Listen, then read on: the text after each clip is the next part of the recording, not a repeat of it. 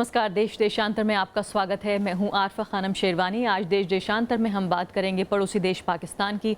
पाकिस्तान के प्रधानमंत्री नवाज शरीफ की मुश्किलें लगता है बढ़ती जा रही हैं। पाकिस्तान की सुप्रीम कोर्ट ने पनामा पेपर्स लीक मामले में प्रधानमंत्री नवाज शरीफ के खिलाफ भ्रष्टाचार के आरोपों की जांच की इजाज़त दे दी है। ये मामले उनके और उनके परिवार के भ्रष्टाचार से जुड़े मामले हैं। इसके अलावा विपक्षी पार्टियां, जिसमें इमरान खान की तहरीक इंसाफ पार्टी भी शामिल है, ये दबाव बना रही हैं कि वो अपने पद से इस्तीफा दें।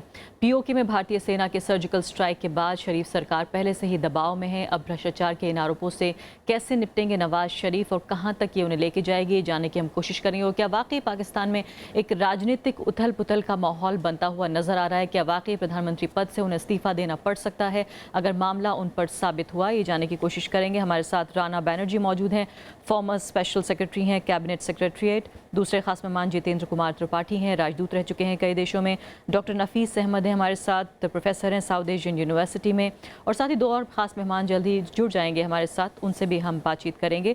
सबसे पहले एम्बेसडर बैनर्जी, मैं आपके साथ शुरुआत करना चाहती हूँ कि ये बताएं कि एक सर्विंग प्राइम मिनिस्टर के लिए, जो अपने पद पर आसीन है ऐसा प्रधानमंत्री, कितनी गंभीर बात है ये कि जो उच्चतम न्यायालय है वो आदेश दे रहा है कि उनके खिलाफ जाँच की जाए?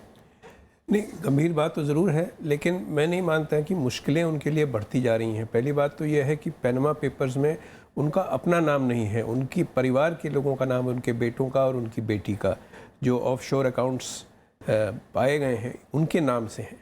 तो बहुत दिनों से ये चर्चा पाकिस्तान में चल रही है कि इसकी तहकीकात की जाए, और तहकीकात से उन्होंने इनकार नहीं किया। उन्होंने कहा तहकीकात होनी चाहिए, लेकिन टर्म्स ऑफ रेफरेंस पर समझौता नहीं हो पाया है ऑपोजिशन के साथ। तो अब और कौन करेगा जांच, कौन उसका अध्यक्ष होगा, इसको लेकर भी बहस है। और जो उसकी जो निर्देशक अंक होंगे, टर्म्स ऑफ रेफरेंस किस तरह होंगे, उसमें क्या क्या चीज़ें देखी जाएंगी, ये सारी इंक्वायरी जो है ये कमीशन ऑफ इंक्वायरी एक्ट के अंतर्गत होगी। वहाँ पर कमीशन ऑफ इंक्वायरी एक्ट 1956 का है, जो कि हमारे 1952 एक्ट से बिल्कुल मिलता जुलता एक्ट है। लेकिन इसका जो आवेग है वो सिर्फ देश के अंदर तहकीकात की जा सकती है। देश के बाहर इसमें तहकीकात करने के लिए दूसरे देशों की सहयोग की ज़रूरत पड़ेगी। तो ये एक मसला है जो अगर टर्म्स ऑफ रेफरेंस ले जाते हैं ऑपोजिशन के, उसके बाद इंक्वायरी की लिए जज बनता है, बेंच बनती है, इसमें वक्त लगेगा।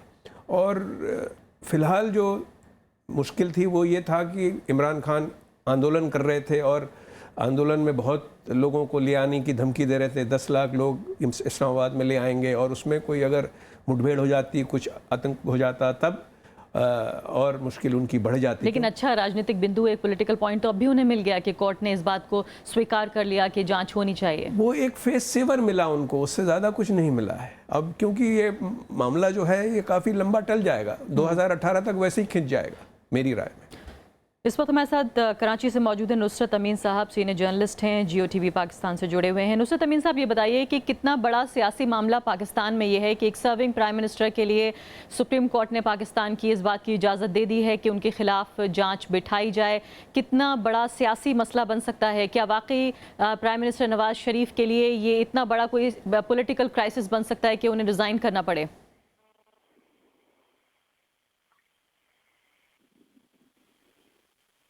नुसरत साहब जी, आपको मेरी आवाज़ आ रही है? जी अब आ रही है आपकी आवाज़। जी नुसरत साहब, मैं ये पूछ रही थी आपसे कि कितना बड़ा सियासी मसला है पाकिस्तान में ये कि एक सर्विंग प्राइम मिनिस्टर को वहाँ की सबसे जो ऊंची अदालत है, सुप्रीम कोर्ट है, उसने इस बात की इजाज़त दे दी है कि उनके खिलाफ जो है इन्वेस्टिगेशन किया जाए। जो पनामा जो एक्यूजेशंस हैं उनके ऊपर पेपर्स जो आए थे, इंटरनेशनल प्रेस ने इसको जो है इन्वेस्टिगेट किया है।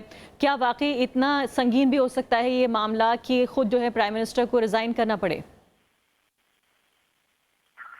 देखिए, दो बातें आपने पूछी हैं। एक तो ये है कि सुप्रीम कोर्ट ने, तो मेरा ख्याल है कि कंप्लेंट है और सुप्रीम कोर्ट या जितनी भी छोटी या बड़ी अदालतें होती हैं तो वो इसको रिस्पॉन्ड करती हैं। अगर कोई कंप्लेंट आती है किसी आदमी के खिलाफ, कोई क्राइम किया होता है या उसके खिलाफ कोई खुद बुक करने या गैर कानूनी काम करने का इल्जाम होता है, तो उसकी एक इंक्वायरी, उसकी एक नेचुरल डिमांड है, तो उसकी इंक्वायरी की जाए आया कि ये इल्जाम ठीक है या नहीं।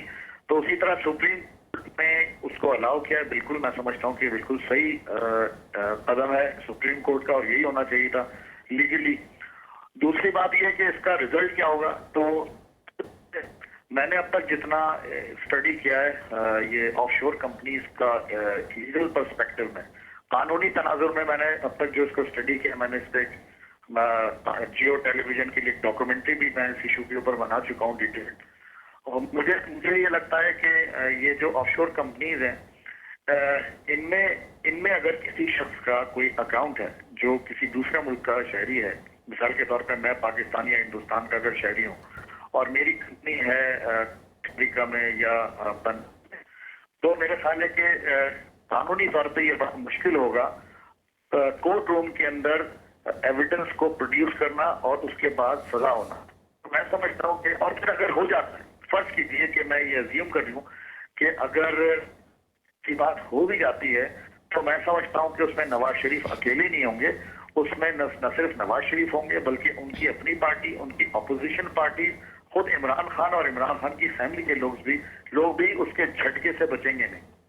लेकिन नुसरत अमीन साहब, हो सकता है जो आप बात कह रहे हैं वो ठीक हो कि एविडेंस जो है ना मिल पाए कोर्ट में, या बहुत लंबा वक्त लग जाए, अभी सिर्फ 2 साल का वक्त है अभी भी प्राइम मिनिस्टर के पास, लेकिन क्या वाकई एक बड़ा पॉलिटिकल पॉइंट ऑपोजिशन को ऐसे वक्त में नहीं मिल गया है, जबकि सर्जिकल स्ट्राइक जो इंडिया के जरिए की गई उसका भी काफ़ी दबाव प्राइम मिनिस्टर के ऊपर है, जिस तरह की लीक्स हुई हैं, अखबारों ने जो छापा है, जिस तरह की जो पूरी टेररिज्म की जो एक्टिविटीज़ हो रही हैं, उस सब के बाद आपको लगता है कि एक बड़ा पॉइंट मिल गया फिलहाल जो पॉलिटिकल ऑपोजिशन है वहाँ पर उनको?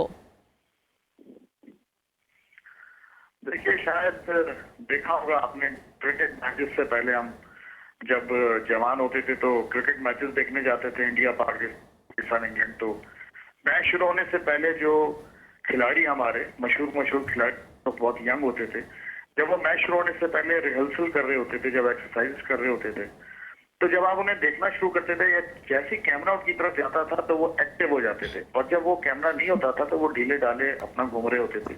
ये एक नफ्सियात है, और खास तौर पे जो ये तरक्की पजीर ममालिक हैं, यहाँ पर लोगों की एक नफ्सियात है, दे आर वॉच्ड, जब उनको देखा जाता है तो वो एक्टिव हो जाते हैं। पाकिस्तान इंडिया के जो बायलैटरल इश्यूज हैं और पाकिस्तान के जो इंटरनेशनल इश्यूज हैं, इन दोनों में एक चीज, पाकिस्तान के जो इंटरनल इश्यूज हैं, सॉरी, इन दोनों में एक बात कॉमन ये है कि ये नॉन इश्यूज की बुनियाद पर हाइप क्रिएट किया हुआ इन्होंने। बाकी यकीनन हिंदुस्तान की कुछ शिकायतें हैं पाकिस्तान से, मैं ये नहीं कह रहा कि पाकिस्तान और हिंदुस्तान के दरमियान कोई संजीदा मसला नहीं, मैं ये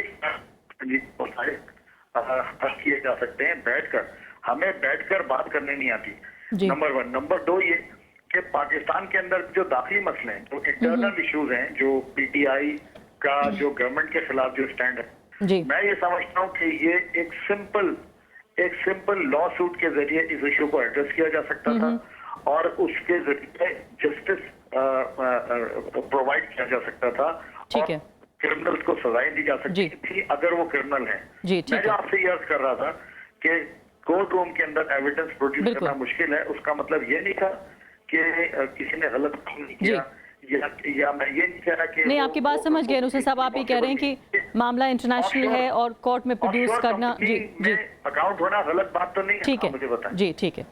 एम्बेसडर त्रिपाठी ही बताइए फिलहाल कि आप इस मामले को कितना गंभीर मानते हैं, कि क्या वाकई जिस तरह से कहा जा रहा है कि एक मामला आया है, कोर्ट के सामने जब आएगा तो कोर्ट जो है उसे इन्वेस्टिगेट करने की इजाज़त देगी, ये इतना ही सामान्य मामला है, या मामले की गंभीरता को देखते हुए, क्योंकि ये मामला किसी आम नेता के खिलाफ नहीं था बल्कि देश के जो है प्राइम मिनिस्टर के खिलाफ ये मामला था, और कोर्ट ने भी जाहिर है इसको सोच समझ के जो है इजाज़त दी होगी, जब एडमिट किया होगा पिटिशन को, तो ये सब कुछ सोच समझ के किया होगा मामले की गंभीरता को देखते हुए। देखिए, ये चीज़ तो साफ है कि कोर्ट ने अगर इस मामले को चलाने की अनुमति दी है तो कोर्ट ने कुछ सोच समझ के दिया होगा। प्राइमा फेसी उनको ये लगा होगा कि हाँ, कुछ चीज़ ज़रूर है, कुछ गंभीरता ज़रूर है इस बात में, जिसकी वजह से इसको और इन्वेस्टिगेट करना चाहिए या लीगली इसको प्रोसिक्यूट करना चाहिए, जो भी हो। तो अब सिर्फ ये चीज़ कि कोर्ट ने अनुमति दी है, इसका यही मतलब हो जाता है कि कुछ न कुछ तो बात है, कहीं न कहीं दाल में कुछ काला है, और इस वजह से कोर्ट ने ये अनुमति दी है। अब उसमें नवाज शरीफ पर्सनली कितने रिस्पॉन्सिबल होते हैं, कितने उनके परिवार वाले होते हैं, और वो इंटर्न परिवार वालों की वजह से कितने रिस्पॉन्सिबल माने जाते हैं ये तो बाद में साबित होगा, लेकिन ये अनुमति देना, और वो भी ये अनुमति ऐसे समय पे आना जब नवाज शरीफ की मुश्किलें ऑलरेडी इतनी ज़्यादा हैं, सर्जिकल स्ट्राइक की वजह से, आतंकवादियों की वजह से, जो उनके घरेलू आतंकवादी हैं, अभी कई आतंकवादी हमले हुए हैं ताज़ा। हाँ, उनकी वजह से, प्लस उनके ऊपर जो मिलिट्री की तलवार मंडरा रही है, साल भर से ज़्यादा वक्त से पाकिस्तान के शहरों में पोस्टर लग रहे हैं कि राहिल शरीफ को रिक्वेस्ट करते हुए कि वो टेक ओवर कर लें क्योंकि ये करप्ट गवर्नमेंट है। इमरान खान का कदम थोड़ा सा डिफ्यूज़ जरूर हो गया है, लेकिन पॉलिटिकल पार्टीज इसको माइलेज बनाने की कोशिश करेंगी कि वो तो ये कहेंगे कि ये एक करप्ट गवर्नमेंट है, और पाकिस्तानी अवाम के मन में यह है कि करप्ट गवर्नमेंट, जो सिविलियन गवर्नमेंट करप्ट होती है, उसके करप्शन से निजात पाना मिलिट्री के ही बस की बात है। और अभी राहिल शरीफ रिटायर नहीं हुए हैं, राहिल शरीफ को अभी तकरीबन 2 हफ्ते से ज़्यादा है, इसलिए, और उन्होंने कुछ भी अभी अपने पत्ते नहीं खोले, ये नहीं कहा है कि मैं इस मामले में क्या स्टैंड रखता हूँ, इसलिए ये अभी बहुत ही मतलब बहुत ही हॉट मामला है। और लेकिन जैसे अगर अंतर्राष्ट्रीय स्तर पर अगर देखा जाए, जो भी फिलहाल कह रहे थे नुसरत अमीन साहब कि जो एविडेंस है, जो गवाह और सबूत जुटाना जो है बड़ा मुश्किल काम है कि कोर्ट में आप उसको प्रोड्यूस कर पाएँ, क्योंकि अंतर्राष्ट्रीय मामला है और सिर्फ अकाउंट हो जाने भर से जो है मामला साबित नहीं हो जाएगा, वो भी उन पर सीधे मामला नहीं है, उनके परिवार के सदस्य के ऊपर मामला है। तो क्या ये सब बातें वाकई अपनी जगह ठीक हैं कि ऐसा करते करते 2 साल से ज़्यादा का समय गुजर जाएगा? ठीक है, 2 साल से ज़्यादा समय लग जाएगा, लेकिन आवाम क्या सोचेगा? आवाम को इससे कुछ वो नहीं होता। आप ये कह रहे हैं उनकी विश्वसनीयता पे धब्बा लगा है। हाँ, उनकी विश्वसनीयता पे धब्बा लग गया है, और वो उनके पहले के भी जो कारनामे रहे हैं, उनके भाई के जो कारनामे रहे हैं कई डील्स में, वो सब मिल करके स्नोबॉल का इफेक्ट न कर जाए, ये मेरी चिंता है। प्रोफेसर नफीस अहमद, ये बताइए कि अगर वहाँ का राजनीतिक माहौल इस वक्त देखने की कोशिश की जाए तो पॉलिटिकल ऑपोजिशन पिछले 2-3 साल में इतना मजबूत नहीं हुआ जितना इस वक्त नजर आ रहा है। टेररिज्म के चार्जेस हैं, इसके अलावा सर्जिकल स्ट्राइक्स की वजह से दबाव में हैं नवाज शरीफ, इसके अलावा अखबारों ने छाप दिया है कि उन्होंने जो है सेना को हड़काया है, पता नहीं हड़काया या नहीं, लेकिन कम से कम अखबार, एक बड़े अखबार ने छापा है। उसके बाद अब ये पनामा पेपर्स की बात आ चुकी है। ताहिरुल कादरी, इमरान खान मिलके वाकई क्या इतना दबाव खड़ा कर सकते हैं कि एक नई पैरेलल बहुत मजबूत अपोजिशन वहाँ बन जाए? देखिए, ये पाकिस्तान की हिस्ट्री में मैं थोड़ा सा आपको पीछे की तरफ ले जाना चाहूँगा। पाकिस्तान की हिस्ट्री में ये पहली मर्तबा हमने देखा है कि एक डेमोक्रेटिक ट्रांजिशन हुआ है, यानी पहली गवर्नमेंट ने दूसरी गवर्नमेंट को बहुत स्मूथली जो है सत्ता सौंपी, लेकिन उसके बाद से बड़ी क्रेडिबिलिटी के साथ में इन्होंने अपना टेन्योर शुरू किया था नवाज शरीफ साहब ने।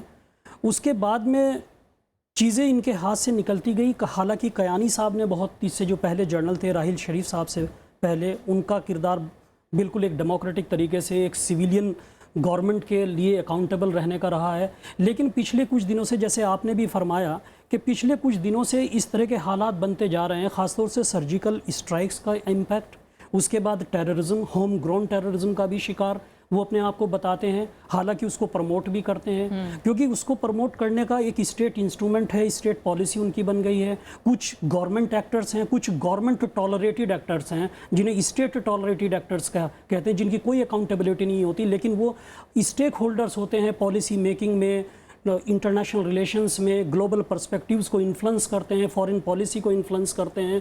तो इसलिए वो बहुत ज़्यादा एलिनिएट होते जा रहे हैं। और ये कहना, इसके अलावा जो इंटरनेशनल वॉर ऑन टेरर है उसमें भी हिस्सेदार हैं, उसमें भी हिस्सेदार हैं। उसके लिए डिप्लोमेटिकली पैसा जो है अमेरिका से इनको मिलता है, उसकी फंडिंग होती है, लेकिन उसका डाइवर्जन जो है बहुत ज़्यादा होता है। तो मेरा इसमें ये मानना है कि जहाँ तक नवाज शरीफ साहब का ताल्लुक है, उनको किसी भी किस्म की कोई क्लीन चिट हम नहीं दे सकते। और इसलिए नहीं दे सकते क्योंकि इंडाइटमेंट अगर उनकी फैमिली मेंबर्स का है, लेकिन उन्होंने फैसिलिटेट तो उसको किया, एक फैसिलिटेटेड एजेंसी का तो काम उन्होंने किया, क्योंकि उनके तो समधी खुद उनकी कैबिनेट में हैं और उनके 2 बेटे और 2 बेटियों पर यह है आरोप लगा है, ये भी आरोप है। हाँ। तो इसलिए, और दूसरी चीज़ है, जहाँ तक इंटरनेशनल कन्विक्शंस और कमिटमेंट्स की बात है, तो यूनाइटेड नेशंस का 2003 का United Nations convention against corruption मौजूद है, और आज की डेट में 140 मुल्क जो हैं वो उस साइन किए हैं, पार्टी हैं इस कन्वेंशन के लिए। और बहुत थोड़े से मुल्क बचे हैं जो पार्टी नहीं है, लेकिन साउथ एशिया से मेजर मुल्क जो हैं पार्टी हैं इस कन्वेंशन के लिए। कुछ ने दस्तखत किए हैं, कुछ ने ratification, instrument of ratification submit किया है। तो लिहाजा उस कन्वेंशंस की दफात को भी अगर देखें, जो धाराएं हैं उनको भी इन्वोक किया जा सकता है पाकिस्तान जुडिशरी। और पाकिस्तान जुडिशरी तो कई मामलात में इंडियन जुडिशरी से ज़्यादा भी एक्टिव रही है। इन्होंने गवर्नमेंट डिसमिस्ड गवर्नमेंट को रिस्टोर किया है। आप ये लेवल देखिए, उसका थ्रेशोल्ड देखिए कि किस हद तक पाकिस्तान जुडिशरी यानी आप भी ये मानते हैं जो एम्बेसडर त्रिपाठी कह रहे हैं कि एडमिट कर लेना उस पिटीशन को अपने आप में बहुत बड़ा कदम है? ये बहुत बड़ा कदम है। ये प्ली मिलती है आर्मी एस्टेब्लिशमेंट को, क्योंकि आर्मी एस्टेब्लिशमेंट ही जो है ना सब कुछ है वहाँ पर, लेकिन उसको इंस्टीट्यूशनलाइज ये नहीं करना चाहते। उसको अगर इंस्टीट्यूशनलाइज कर दें, कॉन्स्टिट्यूशन में तरमीमात करने के बाद में, कम से कम ये आरोपों से तो ये बच जाएंगे कि जो आउटसाइड वर्ल्ड में जो चीजें होती हैं कि साहब सिविलियन गवर्नमेंट वहाँ पे कुछ नहीं है, एक लैम डक गवर्नमेंट होती है फ्रॉम द डे वन। बिल्कुल। रज़ाउल हसन लस्कर साहब हमारे साथ मौजूद हैं, एसोसिएट एडिटर हैं हिंदुस्तान टाइम्स अखबार के और पाकिस्तान में एक पत्रकार की हैसियत से कई साल काम कर चुके हैं। रज़ा साहब ये बताइए फिलहाल कि अगर पाकिस्तानी जनता की नब्ज़ तलाश करने की कोशिश की जाए इस वक्त, तो किस तरह से आम जनता का मिजाज दिख रहा है, खासकर इस कदम के बाद कोर्ट के?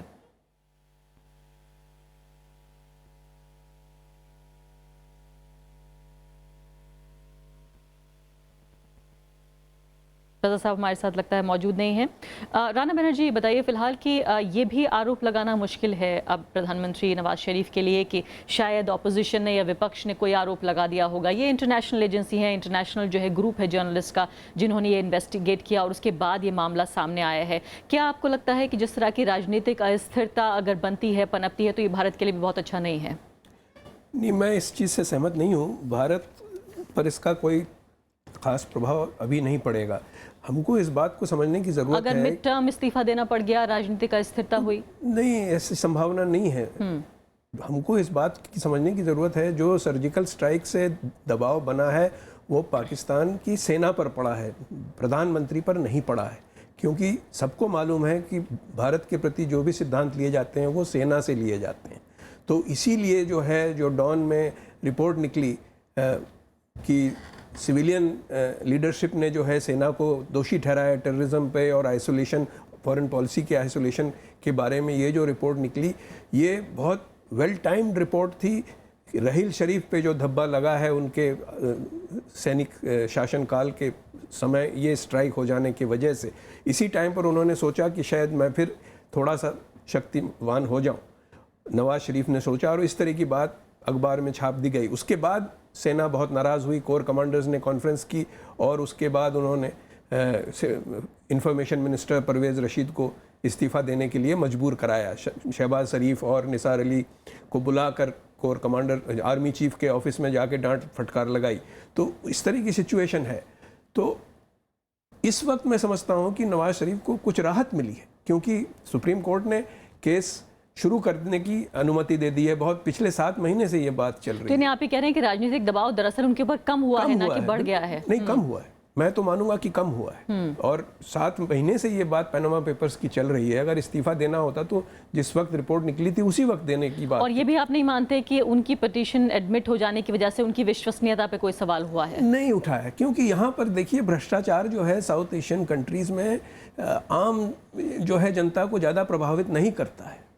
और ये गतानुगतिक तरीके से ये बातें चलती रहती हैं, तहकीकात चलती रहेगी, और अगर प्रमाणित हो जाएगी तब बात दूसरी है। ठीक। रज़ाउल हसन लस्कर साहब, मैं आपसे सवाल पूछने की कोशिश कर रही थी कि आम जनता इस वक्त वहाँ पाकिस्तान में किस तरह से फील कर रही है, जब अपोजिशन ने जो है एक बड़ा पॉलिटिकल पॉइंट इसे बनाया हुआ है। हालांकि मेहमानों में यहाँ दोनों में मतभेद है इस बात को लेकर कि इसे कितना गंभीर माना जाए, क्या वाकई उनकी जो क्रेडिबिलिटी है, विश्वसनीयता है, इस पर किसी सवाल की तरह से इसको देखा जाए। आप क्या समझते हैं, पाकिस्तानी जनता इसे किस तरह नज़रिए से देख रही है? जी देखिए, ये जो खास करके पिछले कई दिनों में जो डेवलपमेंट्स हुए, एक तो सुप्रीम कोर्ट वाला जो मामला है, दूसरा इमरान खान साहब का जो प्रोटेस्ट करने का जो धमकी था, मुझे लगता है नवाज शरीफ साहब का जो पोजीशन है वो तो वैसे ही 2014 का जो प्रोटेस्ट हुआ था उसके बाद उनका पोजीशन काफी वीक हो गया था। मुझे लगता है अब और वीक हो गए वो, और ऐसे टाइम पे ये हुआ है जब उनको एक नया आर्मी चीफ भी चुनना है, तो बहुत ज्यादा दबाव है उनके ऊपर, आर्मी की तरफ से भी, ऑपोजिशन की तरफ से भी। और खास करके ये जो पनामा पेपर्स का जो केस है उन्होंने अगर थोड़ा सा टाइमली एक्शन लिया होता तो शायद ये ना होता। अब जो लोग उनको सस्पेक्ट नहीं कर रहे थे पहले, अब वो ज्यादा सस्पेक्ट कर रहे हैं कि शायद उन्होंने उनके फैमिली का इस मामले में कोई कनेक्शन है। जी, हमारे साथ इस वक्त नुसरत अमीन साहब भी मौजूद है फोन लाइन पर। एक और बातचीत करने की उनसे कोशिश करते हैं। नुसरत अमीन साहब, ये बताइए कि क्या आप ये नहीं समझते कि आम लोगों की नज़र में, वहाँ आवाम की नज़र में जो क्रेडिबिलिटी है प्राइम मिनिस्टर की, वो कहीं ना कहीं इससे प्रभावित हुई है, वो अफेक्ट हुई है? क्या आपको ऐसा नहीं लगता कि कोई ऐसा बड़ा पॉलिटिकल क्राइसिस पैदा हो सकता है जिससे एक तरह की पॉलिटिकल इंस्टेबिलिटी पाकिस्तान में पैदा हो? देखिए, जहां तक आप पॉलिटिशियंस की क्रेडिबिलिटी की बात कर रही हैं, पाकिस्तान के प्राइम मिनिस्टर की क्रेडिबिलिटी की बात कर रही हैं, तो मैं आपसे ये एक बात कहूं कि पाकिस्तान में एक अजीब सा माहौल है कि पाकिस्तान में वोट देने वाले लोग, ये मेरा तज्जिया है, ये कोई इंफॉर्मेशन नहीं है या कोई किसी सर्वे की बुनियाद पर मैं ये बात नहीं कर रहा, कि अच्छी खासी तादाद ऐसे लोगों की है जो अपने लीडर को बुरा जानते हुए भी और बुरा समझते हुए वोट देते हैं।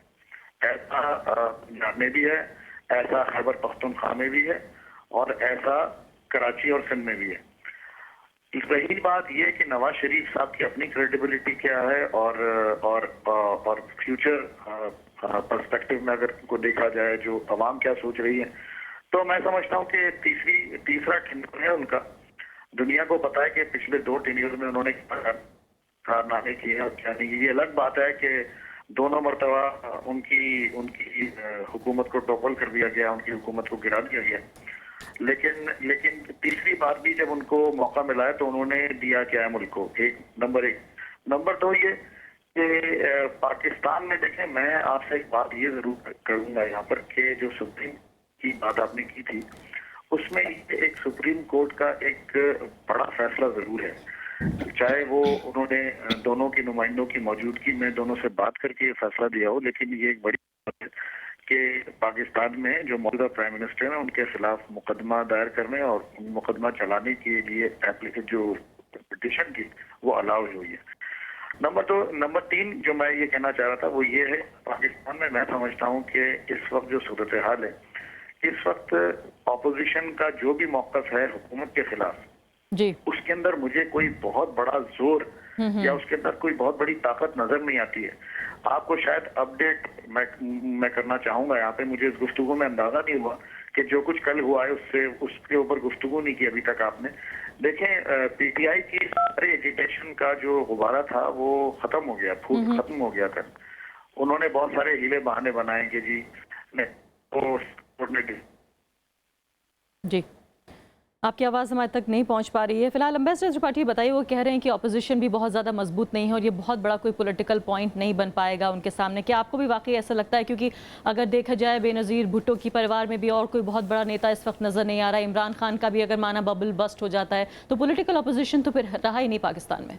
देखिए, ये बात सही है कि पॉलिटिकल अपोजिशन बहुत मजबूत नहीं है, क्योंकि बिलावल भुट्टो कोई इतने इफ़ेक्टिव नहीं साबित हुए हैं अपनी पार्टी के लिए, और इमरान खान ने जो कोशिश की थी, अगर वो उसमें सफल होते तो एक बड़ा मुद्दा हो सकता था, एक बड़ा थ्रेट, एक बड़ा चैलेंज हो सकता था, लेकिन वो भी डिफ्यूज़ हो गया, बबल बस्ट हो गया।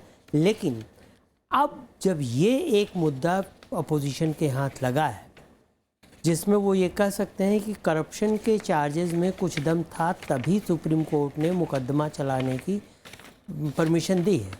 वो कह रहे हैं कि रैली में लोग भी नहीं आ रहे हैं इमरान खान के लिए। नहीं, इमरान खान की रैली में तो लोग कई, हमारे यहाँ तो देखिए जमहूरियत में क्या होता है, कई लोग वैसे तफरीहन चले जाते हैं, उनको बस दे दिया जाता है और खाने पीने को दे दिया जाता है, तो ऐसा भी होता है। लेकिन अब ये है, अब स्थिति थोड़ी सी बदल गई है, इसलिए कि सुप्रीम कोर्ट के इस निर्णय के बाद अपोजिशन के हाथ में एक नया हथियार आ जाएगा। प्रोफेसर साहब, 30 सेकेंड आखिरी अपोजिशन के लिए।